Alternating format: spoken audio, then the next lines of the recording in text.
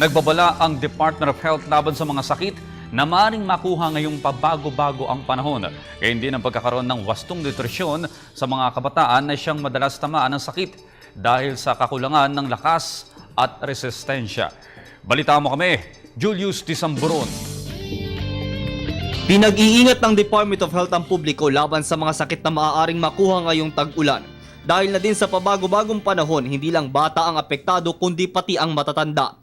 Binigyang diin ni Health Secretary Enrique Ona na kailangan palakasin ng isang individual ang kanyang resistensya upang makaiwas dito. Ito po ay isang payo na siguro lalo na ngayon. Kaulapilan na tayo. Make sure na meron kang sombrero, meron kang cap, meron kang inner jacket, sweater, or of course a raincoat. Katuwang ng DOH ang mga paaralan upang sugpuin ang dengue carrying mosquitoes. Sa puwersa nilang ipinapatupad ang 4 o'clock habit. As of July, the middle of itong July, mababa pa rin ang overall dengue incidence sa buong bansa. Bumaba by about 60%.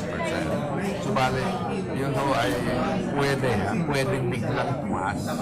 Kaya ako ay nababahala pa rin. Kaya tingnan maayos nila palihan ang paligiran. Ayon sa ilang mag-aaral, importante ang kalinisan sa pangangatawan at kapaligiran.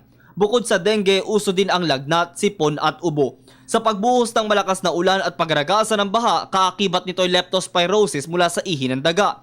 Ayon sa DOH, huwag basta-basta lulusong lalo kung may sugat sa alimang bahagi ng katawan. Another prevention na kailangan maintindihan ng mga kabayan is yung hand washing.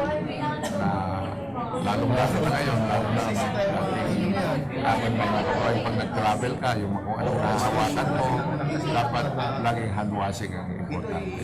Isinusulong din naman ng ahensya ang wastong nutrisyon sa lahat lalo na sa mga batang nasa edad 10 pababa. Base sa pananaliksik, 3 sa 5 elementary students ang hindi kumakain ng tama sa oras, ang iba'y nagpapalipas at mayroon din namang wala ng nutrisyon ang kinakain. Kumbaga, nalimutan na ang Go, Glow, and Grow foods. Hinikayat ng pamahalaan ang bawat pamilya na ipakain sa kanilang anak ang mga pagkaing makapagbibigay ng lakas at proteksyon laban sa anumang sakit. Para sa Telebisyon ng Bayan, ako si Julius Tisamburon.